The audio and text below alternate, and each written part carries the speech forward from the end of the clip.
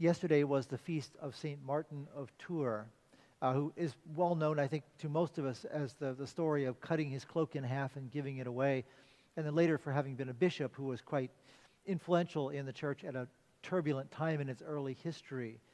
But the cloak story actually comes before he was ever a bishop, when he was a soldier. It's quite plausible historically. He came from an outlying part of the Roman Empire, so it would have been a good career for him to somehow get into the Roman army, which is what he did. While he was in the army, he came to have this change of faith, which led him to leave the army and begin his religious life, which is what we remember mostly in the prayers that we heard this morning. But I think it's worth stopping for a minute to think about him as having been a soldier and the military saints in general. They're a group who are called that. St. Michael and St. George and some others who are less well known. But in the Middle Ages and into the Renaissance, they were a subject of great devotion. That's a little hard, I think, for modern mainline Christians to hear, because we are able to see. All you have to do is open your phone or your computer to see the horrible things that we as human societies are able to do to one another with violent force. But I'm not sure that's entirely what the military saints were about. There's a hint in the history of art. If you know anything about Western painting and indeed about Eastern Orthodox icons, it's the same in both cases. St. George and St. Michael are very common subjects, and they're almost always shown alone. Now, St. Michael is supposed to be the leader of the army of angels, but he doesn't really have the army around him. Most of the time he's shown alone, spearing a demon that might or might not be Satan. St. George is shown alone, fighting with the dragon. Even St. Martin, in the pictures that we see of him dividing his cloak, is generally seen more or less alone in that picture with the man he's going to give the piece of the cloak to.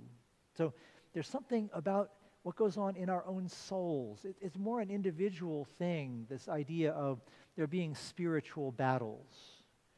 Certainly, our early church ancestors knew about this. There are many colorful stories from the desert fathers and mothers about people walking past the caves of hermits and hearing them inside shouting all sorts of odd and at times incomprehensible things at demons with whom they were struggling. That, I think, speaks to all of us at some point or other in our spiritual lives. It's all very well that we might have been taught that it's supposed to be, blessed assurance and perfect submission and smiling like an idiot all the time, but it doesn't work that way. For all of us, there come times when we struggle with temptation, struggle with doubt, struggle with our own inability to respond adequately to the evil that we see in the world. That, I think, is what the military saints tell us, that it's going to be a battle at times. And to go into our spiritual lives imagining that they're going to be easy and calm and placid is probably to set ourselves up for great disappointment.